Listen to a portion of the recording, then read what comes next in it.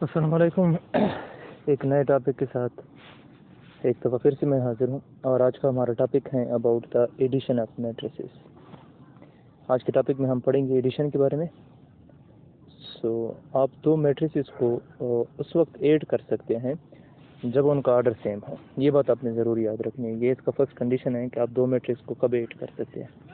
दो मैट्रिक को हम उस वक्त ऐड कर सकते हैं जब उनका ऑर्डर सेम हो। कभी कभी ऐसा आ जाता है आपके सामने कि अगर आपके पास दो मैट्रिक्स हो और उनका ऑर्डर सेम ना हो तो आप डायरेक्ट कह सकते हैं कि एडिशन डज नॉट एग्जिस्ट। इस बात को आपने ज़रूर याद रखना है। ये हमारे पास दो मैट्रिक्स हैं। एक फर्स्ट मैट्रिक में हमने लिख दिया है इसके एलिमेंट 1 2 3 4 और दूसरे में हमारे पास है 4 3 2 और 1। अब देख ले, सबसे पहले मैट्रिक्स का ऑर्डर है वो 2x2 और दूसरे का ऑर्डर भी 2x2 है। तो इसका मतलब ये है कि हम इन दोनों को ऐड कर सकते हैं। अब ऐड किस तरह करेंगे? एडिशन के लिए आपको पता होना चाहिए करस्पॉन्डेंस एलिमेंट का। आप करस्पॉन्डेंस एलिमेंट को आपस में ऐड कर सकते हैं। यहाँ 1 है, इधर 4 है, इन दोनों को आप आपस में ऐड करेंगे। सो 1 + 4 = 5। अब दूसरे की तरफ आ जाए, दूसरे का करस्पॉन्डेंस एलिमेंट 3 है। सो 2 + 3 = 5 और 3 का करस्पॉन्डेंस एलिमेंट 2 है। 3 + 2 = 5। अब यहाँ पर 4 है और 4 का करस्पॉन्डेंस एलिमेंट है 1। सो 4 + 1 = 5। तो बस आपने ये बात याद रखनी है कि दो मैट्रिक्स को आप उस वक्त ऐड कर सकते हैं जब उनका ऑर्डर सेम हो। ऑर्डर सेम ना हो तो आप उन दो मैट्रिसेस को कभी भी ऐड नहीं कर सकते हैं। नेक्स्ट जो हमारा टॉपिक है वो है subtraction of matrices. Subtraction of matrices, ये सब्ट्रैक्शन है। शॉर्टकट में लिखता हूँ इस तरह। आपके पास अगर दो मैट्रिक्स है, मिसाल के तौर पर पहला वाला आपके पास है 4 3 2 और 1 है और एक दूसरा मैट्रिक्स आपके पास है, इसमें मैं लिख देता हूँ 1 2 3 और 4। सब्ट्रैक्शन के लिए भी सेम रूल आपने इस्तेमाल करना है, सिर्फ बीच में माइनस का साइन लगाना है। इट मीन आप दो मैट्रिसेस को उस वक्त ऐड कर सकते हैं जब उनका सब्ट्रैक्ट कर सकते हैं जब उनका ऑर्डर सेम हो। पहले वाले का ऑर्डर 2x2 है और दूसरे का भी ऑर्डर 2x2 है। अब आप इनको बड़े इजीली ऐड कर सब्ट्रैक्ट कर सकते हैं। पहला वाला एलिमेंट 4 है, इसका करस्पॉन्डिंग एलिमेंट 1 है। सो 4 - 1 = 3। यहाँ पर 3 है और 3 का करस्पॉन्डिंग एलिमेंट 2 है। सो 3 - 2 = 1। इधर आपके पास 2 है, 2 का करस्पॉन्डिंग एलिमेंट 3 है। 2 - 3 = -1। यहाँ पर 1 है और 1 का करस्पॉन्डिंग एलिमेंट 4 है। सो 1 - 4 = -3। इसी तरह आप किसी भी मैट्रिक को सब्ट्रैक्ट कर सकते हैं, लेकिन सब्ट्रैक्ट करने से पहले आपको एक बात आपने चेक कर लेनी है कि क्या इनका ऑर्डर सेम है। एडिशन में और सब्ट्रैक्शन में, दोनों में आपने ये बात याद रखनी है कि दो मैट्रिसेस को हम उस वक्त सब्ट्रैक्ट कर सकते हैं जब उनका ऑर्डर सेम हो। ऑर्डर सेम ना हो तो एडिशन भी, इसके जवाब में आपने लिखना है कि एडिशन डज नॉट एग्जिस्ट, और अगर सब्ट्रैक्ट करना है तो उसके जवाब में आपने लिखना है कि सब्ट्रैक्शन डज नॉट एग्जिस्ट। अगला जो हमारा टॉपिक है वो है multiplication of matrices. Multiplication of matrix जो है वो थोड़ा सा इससे चेंज है। मल्टीप्लिकेशन ऑफ मैट्रिक्स में आपने करना इस तरह है कि आपने मिसाल के तौर पर ये मेरे पास पहला मैट्रिक है, इसमें मैंने लिख दिया 1 2 3 और 4 और दूसरे में मैं लिख रहा हूँ मिसाल के तौर पर इसमें मैंने लिख दिया 3 और 2। ये मेरे पास दो मैट्रिसेस हैं। आप दो मैट्रिसेस को मल्टीप्लाइड कब कर सकते हैं? जब पहले वाले मैट्रिक में कॉलम की तादाद दूसरे वाले मैट्रिक में रो की तादाद के बराबर हो। अब देख लेना, पहले वाले में कॉलम 2 हैं, दूसरे में रो 2 हैं। तो इसका मतलब ये है कि we can multiply these two matrices. अब मल्टीप्लाइड करने का बड़ा एक आसान तरीका है आपके पास। मल्टीप्लाइड किस तरह करना है? फर्स्ट रो को मल्टीप्लाइड कर लेना है फर्स्ट कॉलम के साथ और फर्स्ट एलिमेंट को फर्स्ट एलिमेंट के साथ, सेकंड को सेकंड। लेकिन यहाँ पर हम करस्पॉन्डेंस एंट्रीज नहीं देखते हैं। 1 है, 1 के लिए फर्स्ट एलिमेंट यहाँ पर 3 बन रहा है। सो 1 × 3 = 3। अब जब दूसरा एलिमेंट लिखेंगे तो आपने यहाँ पर प्लस का साइन लगा देना है, इसको नहीं भूलना है। यहाँ पर ना तो आप माइनस लगा सकते हैं ना ही कुछ और लगा सकते हैं, इधर आपने प्लस लगाना है। दूसरे वाले एलिमेंट को आपने मल्टीप्लाइड करना है दूसरे एलिमेंट के साथ जो कि 2 है। सो 2 × 2 = 4। यहाँ आपके पास 4 आ गया। अब आपने, चूंकि यहाँ पर दूसरा कॉलम नहीं है इसलिए हम फर्स्ट रो को दूसरे कॉलम के साथ मल्टीप्लाई ही नहीं कर सकते हैं, चूंकि दूसरा कॉलम है ही नहीं हमारे पास। अब दूसरे रो की तरफ आ जाओ। जब दूसरे रो की तरफ आ जाओगे तो जवाब भी आपने दूसरे रो में लिखना है, इधर ही लिख देना है। दूसरे रो की तरफ आओगे, जवाब दूसरी रो में। फर्स्ट रो को मल्टीप्लाइड करोगे, जवाब फर्स्ट रो में। अब दूसरी रो को मल्टीप्लाइड करना है फर्स्ट कॉलम के साथ। 3 के लिए पहला एलिमेंट 3 है, so 3 multiplied by 3 is equal to 9 हो जाएगा। 4 के लिए दूसरा एलिमेंट 2 है, यहाँ पर प्लस लगा देंगे। 4 multiplied by 2 is equal to 8। अब इन दोनों का जवाब हमारे पास क्या आ गया, 3 + 4 is equal to 7 and 9 + 8 is equal to शायद 17 आता है हमारे पास। इस तरह आप दो मैट्रिसेस को मल्टीप्लाइड कर सकते हैं। एक और एग्जांपल भी ले लेते हैं इसके लिए। दूसरा एग्जांपल हमारे पास ये है कि अगर आपके पास इस तरह के दो मैट्रिसेस हैं, ये लाइक पहला वाला है 1 2 3 और 4, और दूसरे वाले में हम लिख रहे हैं 1 0 0 और 1। अब ये अगर आपने मल्टीप्लाइड करने हैं, पहले आप कंडीशन चेक कर लें कि पहले वाले में कितने कॉलम है। पहले वाले में 2 कॉलम है और दूसरे वाले में 2 रो हैं।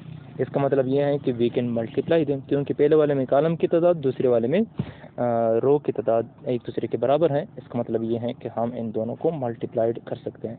आप शॉर्टकट इस तरह कह सकते हैं कि 2 matrices are conformable for multiplication if the number of column in the first matrix is equal to number of rows in the second one.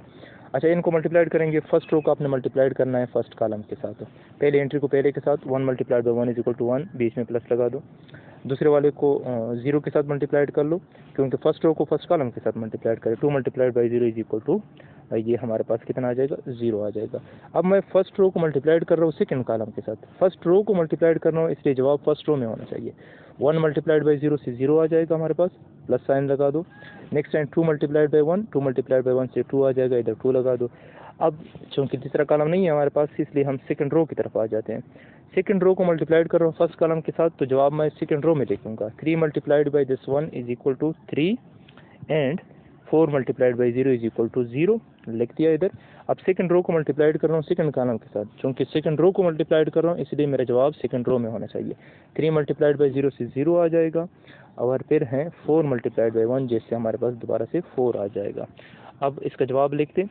1 + 0 is equal to 1, 0 + 2 is equal to 2, 3 + 0 is equal to 3 and 0 + 4 is equal to 4। ये आपका जवाब आ गया। इससे आपको एक और चीज़ का भी पता चल गया, ये जो हमारे पास मैट्रिक है जिसमें लिखा है 1 0 0 1, इसको हम कहते हैं multiplicative identity.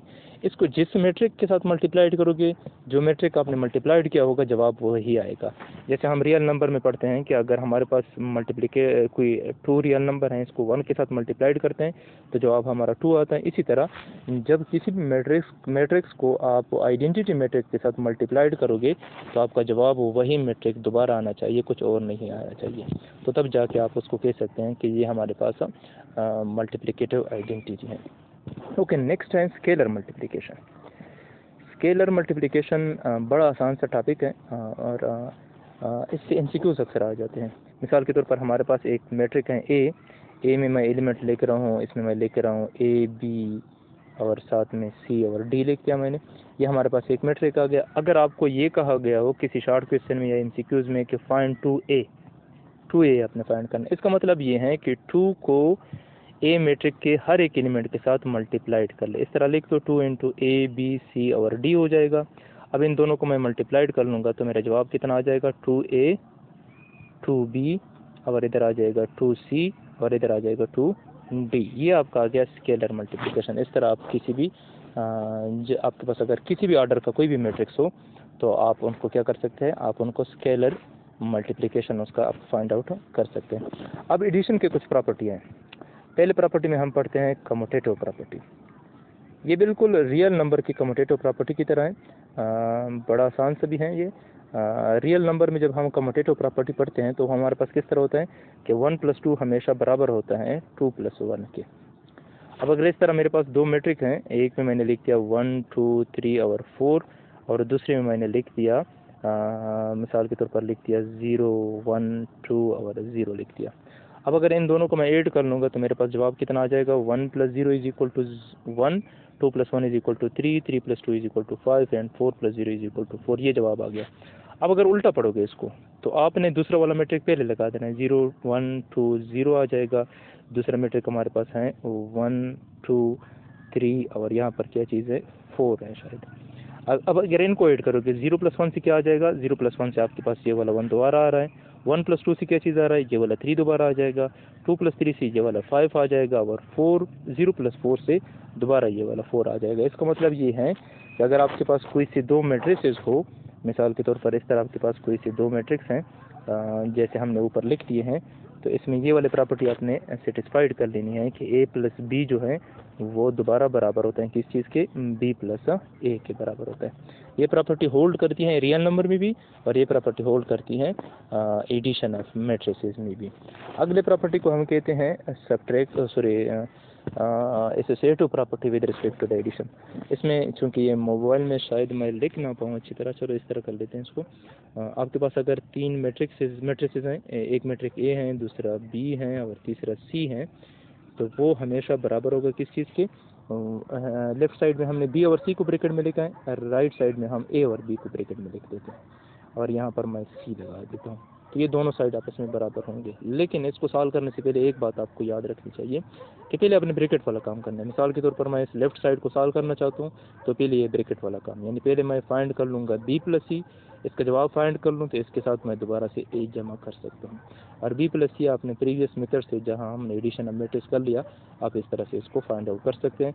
B plus c के जवाब के साथ आपने दोबारा ए जमा कर लेना है। अब राइट साइड की तरफ आ जाए, राइट साइड में हमारे पास ए प्लस बी है ब्रैकेट के अंदर, तो पहले मैं ब्रैकेट वाला काम करूँगा, पहले मैं फाइंड कर लूँगा ए प्लस बी, इसका जवाब फाइंड कर लूँ तो इसके साथ मैंने ऐड करना होगा, क्या चीज़, सी ऐड करना होगा। लेकिन ये बात याद रखनी है कि इसमें हमेशा ये लेफ्ट हैंड साइड बराबर होगा इस राइट हैंड साइड के, तो इसको हम कहते हैं बेटा associative property of addition. Next property जो हमारे हैं वो उसको हम कहते हैं एडिटिव आइडेंटिटी। एडिटिव आइडेंटिटी आप शायद पहले भी पढ़ चुके होंगे। इसका मतलब ये होता है कि अगर आपके पास एक मैट्रिक है 1 2 3 4, एडिटिव आइडेंटिटी जो मैट्रिक हैं मैट्रिसेस में होते हैं वो हम लिखते हैं ज़ीरो मैट्रिक को या नल मैट्रिक को। इस मैट्रिक को हम कहते हैं एडिटिव आइडेंटिटी। ये मैट्रिक्स के लिहाज से एडिटिव आइडेंटिटी है। इनको ऐड करोगे दोबारा आपका जवाब ये वाला मैट्रिक आना चाहिए। लाइक 1 + 0 = 1 आ जाएगा आपके पास, 2 + 0 से आपके पास 2 आ जाएगा, 3 + 0 से आपके पास 3 आ जाएगा और 4 + 0 से आपके पास 4 आ जाएगा। जैसे आप रियल नंबर में लिखते हैं, हम लिख देते हैं इधर 1 + 0 = 0, सॉरी 1, और आपके पास होता है 2 + 0 = 2।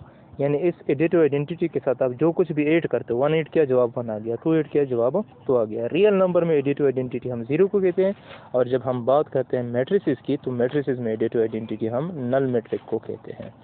इसी तरह आप किसी भी ऑर्डर का मैट्रिक्स लिख दो, अगर आपने मैट्रिक लेकर है 3 × 3 का तो इसके लिए एडिटिव आइडेंटिटी भी 3 × 3 होना चाहिए। अगर आपने मैट्रिक्स लेकर है 100 × 100 का, 100 × 100 का, यानी 100 रोज़ है और 100 कॉलम है, तो एडिटिव आइडेंटिटी जो है वो भी कितने होने चाहिए, 100 × 100 एडिटिव आइडेंटिटी यानी 0 मैट्रिक्स होना चाहिए आपके पास। नेक्स्ट जो आपके पास है वो एडिटिव इनवर्स है। अब ये मैं एक मैट्रिक्स लिख देता हूँ, -2 +2 और +3 हो गया और -3 हो गया। इसके लिए एडिटिव इनवर्स का मतलब यह है कि एक ऐसा मैट्रिक्स लिख दो जिसके सारे साइन इसके अपोजिट हो। लाइक पहले वाले में -2 है तो इसके लिए +2 हो जाएगा, दूसरे वाले में +2 है इसके लिए हो जाएगा -2, तीसरा वाला +3 है इसके लिए हो जाएगा -3, चौथा वाला -3 है तो इसके लिए हो जाएगा +3। और जब इनको ऐड करोगे तो इसका जवाब नल मैट्रिक्स आना चाहिए। इधर है -2 + 2, -2 + 2 से 0 आ रहा है आपके पास, 2 - 2 से कितना आ रहा है 0, 3 - 3 से भी 0 आ रहा है, और -3 + 3 से भी कितना आ रहा है 0 आ रहा है। जब जवाब एडिटिव आइडेंटिटी यानी 0 0 मैट्रिक आ जाए या नल मैट्रिक आ जाए तो इसका मतलब ये है कि ये जो ऊपर वाले दोनों मैट्रिसेस हैं ये एक दूसरे के एडिटिव इनवर्स हैं। अब रियल नंबर में हम किस तरह पढ़ते हैं, अगर आपके पास कोई रियल नंबर 2 है तो इसके लिए एडिटिव इनवर्स होता है -2, क्योंकि दोनों को ऐड करने से जवाब 0 आ रहा है। अगर आपके पास एक नंबर -100 है तो इसके लिए एडिटिव इनवर्स होता है +100, क्योंकि दोनों को ऐड करने से हमारे पास जवाब 0 आ रहा है। इसको हम कहते हैं एडिटिव इनवर्स। तो आज के लेक्चर में आप लोगों ने 3-4 चीज़ें पढ़ ली। सबसे पहले नंबर पे आपके पास है एडिशन ऑफ मैट्रिसेस। दो मैट्रिसेस को आप उस वक्त ऐड कर सकते हैं जब उनका ऑर्डर सेम है, और ऑर्डर सेम हो तो आपने चेक कर लेना है कि आपने उनके करस्पॉन्डेंस एलिमेंट आपस में चेक कर लेने हैं। दूसरे नंबर पे हमने पढ़ लिया subtraction of matrices. Subtraction of matrix में क्या होता है कि आप दो मैट्रिसेस को उस वक्त सब्ट्रैक्ट कर सकते हैं जब उनका ऑर्डर सेम है। ऑर्डर सेम है तो उसके बाद आप करस्पॉन्डेंस एंट्रीज को या करस्पॉन्डेंस एलिमेंट को आपस में सब्ट्रैक्ट कर ले। तीसरे नंबर पे आप लोगों ने पढ़ लिया सब multiplication of matrices. Two matrices are conformable for multiplication if the number of column in the first matrix is equal to number of rows in the second one. इस तरह है तो आप उनको मल्टीप्लाई कर सकते हैं। अगर ये कंडीशन सेटिस्फाइड नहीं हो रहा है then you cannot multiply these to matrices. तीसरे नंबर पे आप लोगों ने पढ़ लिया स्केलर मल्टीप्लिकेशन। अगर आपके पास कोई मैट्रिक है लाइक 1 2 3 और 4 है, अगर आपसे उस मैट्रिक को ए का नाम दिया हुआ है, अगर आपसे कहा जाए कि 2a फाइंड कर लो, तो आपने इस मैट्रिक के हर एंट्री को 2 के साथ मल्टीप्लाइड कर लेंगे। 2 के साथ मल्टीप्लाइड कर लो, जो जवाब आ जाता है उसको हम स्केलर मल्टीप्लिकेशन कहते हैं। अगले नंबर पे आप लोगों ने पढ़ लिया इसके बारे में properties of addition of matrices. सबसे पहले नंबर पे है कम्यूटेटिव प्रॉपर्टी। कम्यूटेटिव प्रॉपर्टी का मतलब होता है a plus B is equal to B plus A. Real number में कम्यूटेटिव प्रॉपर्टी का मतलब क्या होता है कि 1 + 2 दोबारा बराबर होते हैं 2 + 1 के। अगले नंबर पे आप लोगों ने पढ़ लिया एसोसिएटिव प्रॉपर्टी। एसोसिएटिव प्रॉपर्टी में आपके पास 3 मैट्रिसेस होते हैं और कम्यूटेटिव में आपके पास 2 होते हैं। एसोसिएटिव में ये बात याद रखनी है कि a plus into b plus c बराबर होता है a plus b into plus c के बराबर होता है, ये आपने याद रखने में। और तीसरे नंबर पे आप लोगों ने इसमें पढ़ लिया प्रॉपर्टीज़ में एडिटिव आइडेंटिटी। नल मैट्रिक्स जो होता है हमारे पास या ज़ीरो मैट्रिक्स जो हमारे पास होता है, इसको हम कहते हैं एडिटिव आइडेंटिटी। नेक्स्ट आप लोगों ने पढ़ लिया एडिटिव इनवर्स। एडिटिव इनवर्स का मतलब ये है कि अगर आपके पास एक मैट्रिक है -2 + 2 3 और -3 है, तो इसका एडिटिव इनवर्स फाइंड करना है, तो इस मैट्रिक के हर एलिमेंट का साइन चेंज कर लेना। अपोजिट साइन जो होता है वो उसका क्या होता है, वो उसका एडिटिव इनवर्स होता है।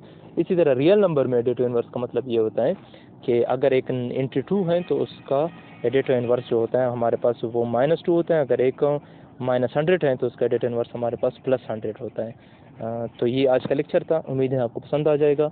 आप चैनल को सब्सक्राइब कर लें। अगर आपको इसमें कोई मसला है, कोई कन्फ्यूजन है, तो आप कमेंट में इसका जवाब हमसे पूछ सकते हैं। तब तक के लिए अपना ख्याल रखिएगा, अपने और अपने आसपास के लोगों का ख्याल रखिए। अल्लाह निगहबान, अल्लाह हाफ़िज़।